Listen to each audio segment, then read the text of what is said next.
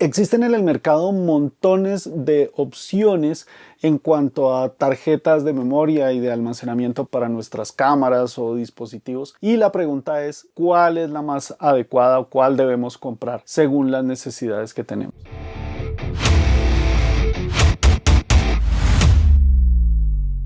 En este video vamos a ver algunos consejos muy básicos para saber cuál es la tarjeta adecuada según nuestras necesidades. Por un lado, pues están las tarjetas de tipo SD, que son las tarjetas que más comúnmente conocemos y que pues llevamos muchos años utilizando esta tecnología.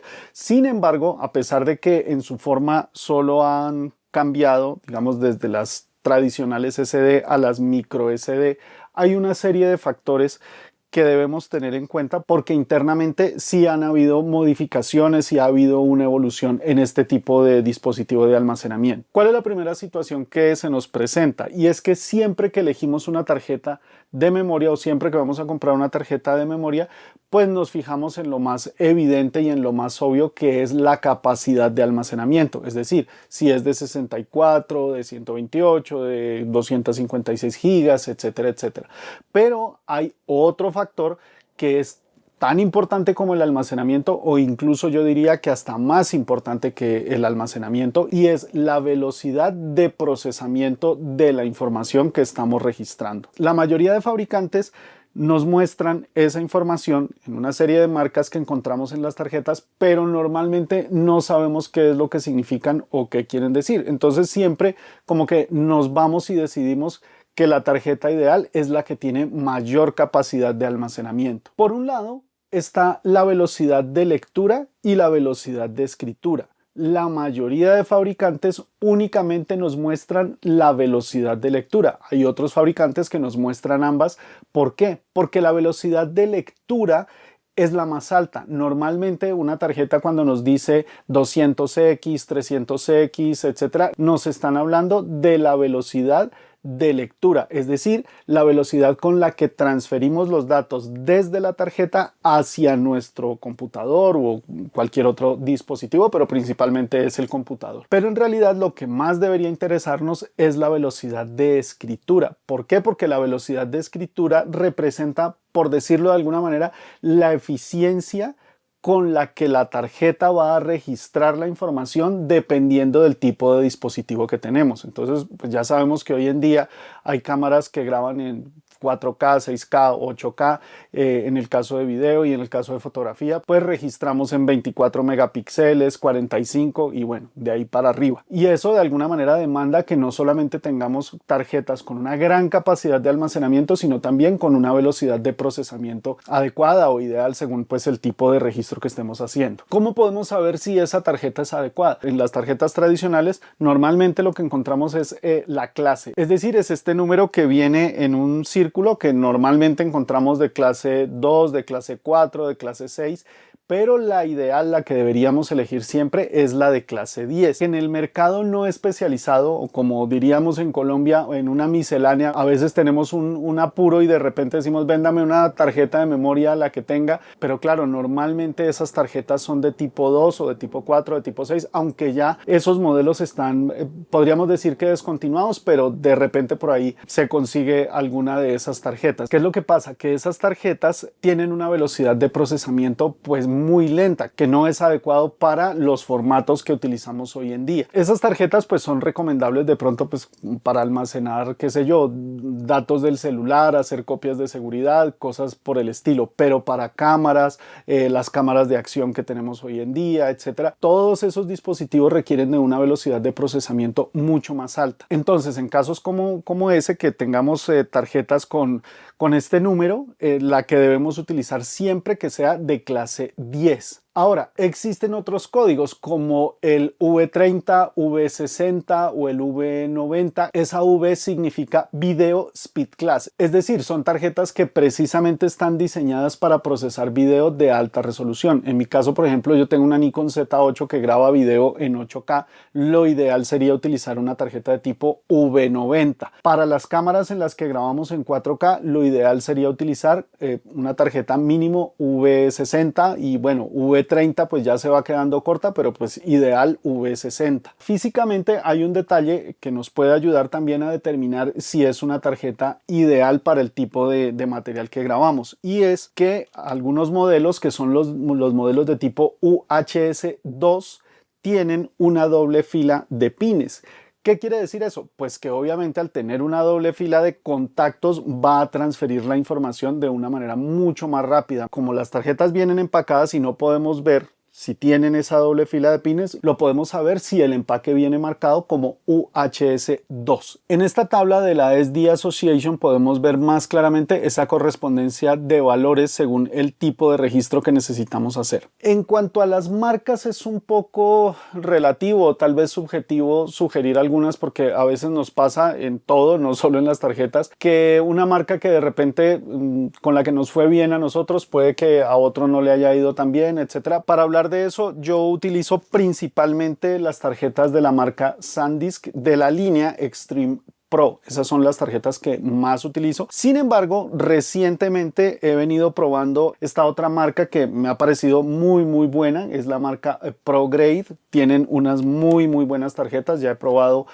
varias. Dan muy buenos resultados. Tienen un buen rendimiento y digamos que tienen diferentes líneas donde han ido mejorando bastante esa velocidad de transferencia de información. Otra marca que me atrevería a recomendar es la marca Lexar. Esta es una tarjeta que llevo usándola, la tengo hace muchos años. Ya no la utilizo para temas de video porque es una tarjeta que de repente no tiene una velocidad adecuada. La utilizo más que todo para temas de audio, la utilizo con una grabadora externa y funciona muy bien y la tengo hace mucho tiempo. Esta marca también me atrevo a recomendarla. Otras tarjetas que también recomendaría son las de Sony de la línea TOF. Esas tarjetas son excelentes, tienen un muy buen rendimiento, tienen una muy buena velocidad y sobre todo tienen una muy buena durabilidad. Haciendo un paréntesis, hay una situación en particular con las cámaras Nikon, y lo digo pues porque son las cámaras que yo utilizo, y es que ellos en los primeros modelos que sacaron de su línea mirrorless las diseñaron con un solo slot de memoria, y ese slot no era de tipo SD, era de tipo XQD o CF Express. ¿Qué sucede con estas tarjetas? Como yo les llamo, son pequeños discos duros y tienen una velocidad de procesamiento y un rendimiento muy superior. Mi primer consejo aquí sería que si nuestra cámara, de la marca que sea, tiene la posibilidad de usar este tipo de tarjetas, digamos que ahí debería haber una preferencia por usar estas tarjetas y no las de tipo SD. Esta ProGrade, que es de tipo CF Express, que ahora voy a hablar de la diferencia, tiene una velocidad de procesamiento de 1700 megas por segundo. Cuando estamos grabando en cámaras pues que registran a esas altísimas resoluciones de las que estoy hablando, pues obviamente este tipo de tarjetas van a tener una mejor eficiencia, pero no solo una mejor eficiencia, sino que estas tarjetas se sobrecalientan muchísimo menos que las SD. Entonces digamos que ahí lo ideal sería siempre utilizar este tipo de tarjetas, pese a que obviamente son más costosas que las SD. ¿Cuál es la diferencia entre las XQD y las CF Express? La CF Express es una tecnología más moderna con un mayor rendimiento. Entonces, si tenemos que elegir entre XQD y CF Express, mi recomendación es CF Express de tipo B. ¿Cuál sería ahí esa diferencia? Básicamente que las XQD son de una tecnología un poquitico más vieja, entonces no llegan a ciertas velocidades como si lo hacen las CF Express de tipo B. La ventaja es que al tener esta nueva tecnología de la CF Express, las XQD han bajado de precio y no dejan de ser buenas tarjetas con buen procesamiento, con un buen rendimiento, en algunos casos superior a las de las típicas SSD. No solo es un tema de eficiencia, es un tema también de sobrecalentamiento. Por lo regular las tarjetas SD tienden a calentarse con mucha facilidad y eso puede traer consecuencias un poco delicadas para nuestros equipos. Resulta que cuando estamos utilizando tarjetas de una velocidad lenta, esa tarjeta va a tener que hacer un esfuerzo extra, un esfuerzo adicional para poder hacer un registro en cámaras que graban a 6K o 8K, etcétera, y ese sobrecalentamiento va a hacer que el sensor también se sobrecaliente y eso puede dañar el equipo. Eso pues ya lo sabemos también con las baterías, etcétera. Entonces siempre pues la recomendación es que utilicemos tarjetas que procesen a altas velocidades porque eso va a evitar el sobrecalentamiento. De hecho, a mí me sucedió con la Nikon Z30, que es una cámara que utilizo mucho pues de soporte en grabaciones. La cámara se apagaba en alrededor de unos 5 o 7 minutos de grabación y no entendía por qué, pero sí me daba cuenta que tenía un sobrecalentamiento. Luego descubrí que se trataba de ese problema, el problema del procesamiento de la memoria que estaba utilizando, que era una micro SD, que ya voy a hablar de eso también. Cambié la memoria y efectivamente mejoró muchísimo, ya lograba grabar de forma continua unos 15 o 20 minutos más o menos, a pesar de que, bueno, esas cámaras que he visto que tienen un problema en sí de sobrecalentamiento, que en otro video voy a hablar de eso también, con una solución que encontré, pero la primera solución fue esa, cambiar de memoria. O sea, cuando nos suceda que de repente la cámara se sobrecalienta, se apaga con mucha frecuencia, eso tiene que ver con el tipo de tarjeta que estamos utilizando. Hace un tiempo leí una nota de alguien, no recuerdo, no sé, en alguna red social lo leí, que me pareció muy al lugar, y esa es una de las recomendaciones que quiero hacer en este video, y es que si nuestro dispositivo soporta tarjetas de tipo SD, las tradicionales, usemos tarjetas de tipo SD. A veces utilizamos las tarjetas de tipo micro SD en dispositivos que soportan directamente tarjetas SD. ¿Y cómo hacemos uso de estas tarjetas? Pues obviamente con el adaptador con el que normalmente vienen. Esto no lo recomiendo porque justamente estos adaptadores no cuentan con esa doble fila de pines y todo el buen trabajo que puede estar haciendo la memoria al ser de muy buena velocidad de transferencia, etcétera, pues lo estamos dañando al generar este puente con un dispositivo que no tiene la capacidad o que no es la vía adecuada para la transferencia de datos. ¿Qué pasa con las micro SD? Pues pasa exactamente lo mismo que con las SD. Los empaques normalmente encontramos pues todos estos códigos que nos dicen el tipo de tarjeta que es, porque claro, estas tarjetas también se han vuelto muy comunes dado que pues cada vez utilizamos más dispositivos como los drones que cada vez son más pequeños. Entonces estas tarjetas pues por su tamaño se hacen muy necesarias, pero pasa más o menos el mismo ejercicio. En mi caso, por ejemplo, yo